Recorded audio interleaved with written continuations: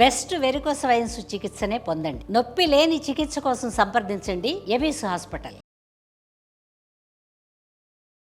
ఆసేతు హిమాచలం నుంచి కన్యాకుమారి వరకు కొన్ని వేల కిలోమీటర్లు ప్రయాణం చేసినటువంటి ఒక మహాలక్ష్మిని తిరగని పుణ్యక్షేత్రం లేదు, వెళ్ళని పీఠాధిపతి లేదు.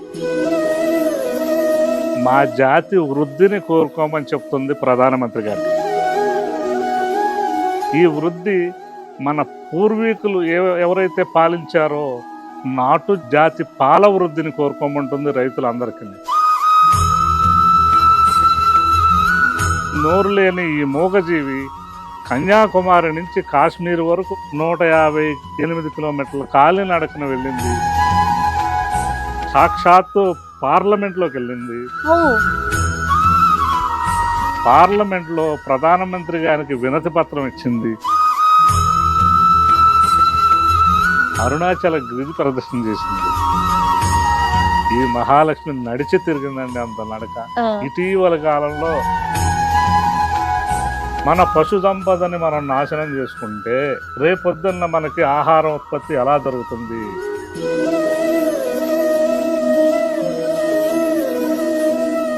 నమస్తే అండి. ఆసేతు హిమాచలం నుంచి కన్యాకుమారి వరకు కొన్ని వేల కిలోమీటర్లు ప్రయాణం చేసినటువంటి ఒక మహాలక్ష్మిని మీ అందరికీ పరిచయం చేస్తానండి. ఆవిడ యొక్క ముఖ్య ఉద్దేశం మీరందరూ ఆరోగ్యంగా ఆనందంగా ఉండండి, మీతో పాటు మమ్మల్ని కూడా ఆనందంగా సజీవంగా ఉంచండి అని చెప్పి తిరగని పుణ్యక్షేత్రం లేదు, వెళ్ళని పీఠాధిపతి లేదు. అంటే కొన్ని వేల కిలోమీటర్లు ప్రయాణం చేసింది అంటేనే మీకు అర్థమవుతుంది కదా ఎవరు ఏంటి అనుకుంటున్నారా? పూర్తి వివరాలు రవిచంద్ర గారిని అడిగి తెలుసుకుందాం. నమస్తే రవిచంద్ర గారు. నమస్కారం అండి. ముఖ్యంగా ఈ రోజు నేను ఇక్కడ దాకా రావడానికి ప్రధాన కారణం వృద్ధిని చూడటానికి. ఈ వృద్ధి మా జాతి వృద్ధిని కోరుకోమని చెప్తుంది ప్రధానమంత్రి గారికి. ఈ వృద్ధి మన పూర్వీకులు ఎవరైతే పాలించారో నాటు జాతి పాల వృద్ధిని కోరుకోమంటుంది రైతులందరికీ. సుమన్ టీవీ ప్రేక్షకులారా, చేతులెత్తి దండం పెట్టి నేను వినతి చేసేది, మానవ జాతి మనుగడకి కారణమైనటువంటి మహాలక్ష్మి ఈ యొక్క గోవు సంతతి.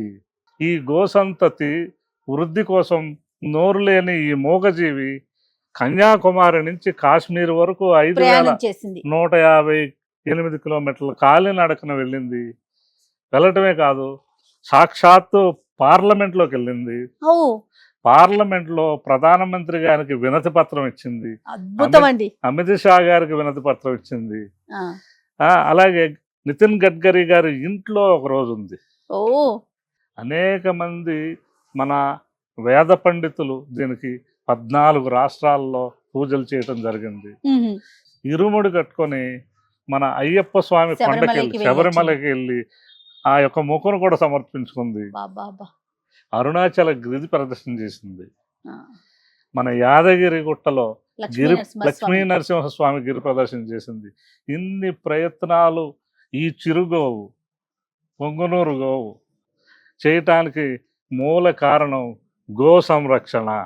గోవుని సంరక్షించాలని ఒక ఉద్దేశం. గోవుని జాతీయ యానిమల్ గా, జాతీయ పశువుగా గుర్తించాలి అని చెప్పేసి వినతి పత్రాన్ని తీసుకొని ఇంత సుదీర్ఘ ప్రయాణం గురుస్వామి బాలకృష్ణ స్వామి గారి ద్వారాగా ఒక బృందం చేసిన నిరంతర కృషి.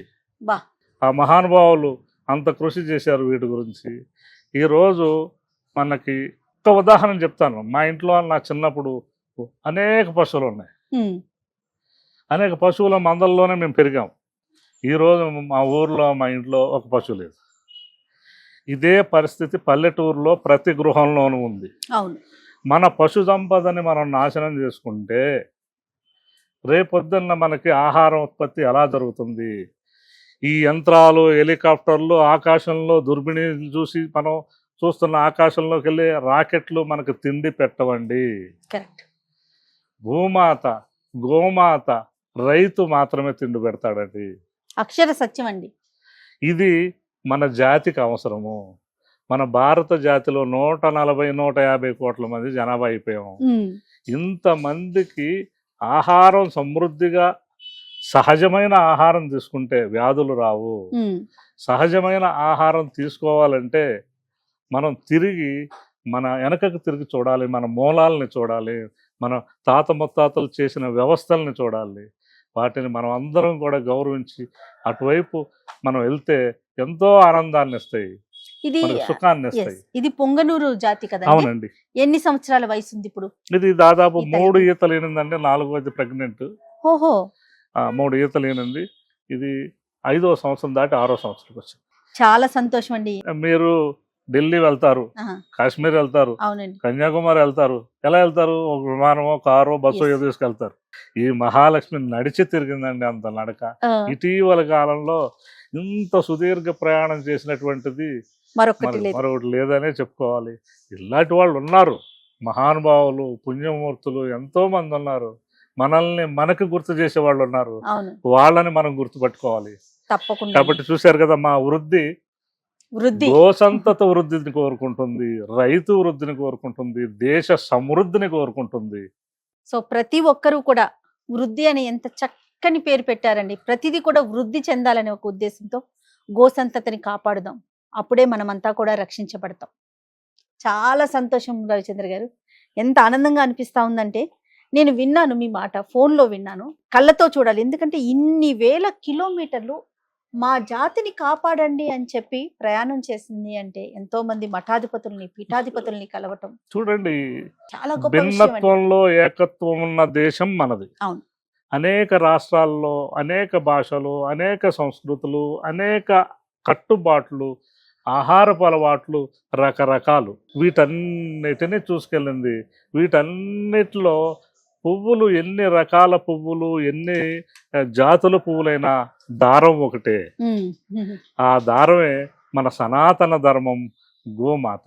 ఎస్, గోమాతని కాపాడుకుందాం, గోమాతని రక్షిద్దాం. అది. చాలా సంతోషం అండి. నమస్కారం అండి. నమస్తే.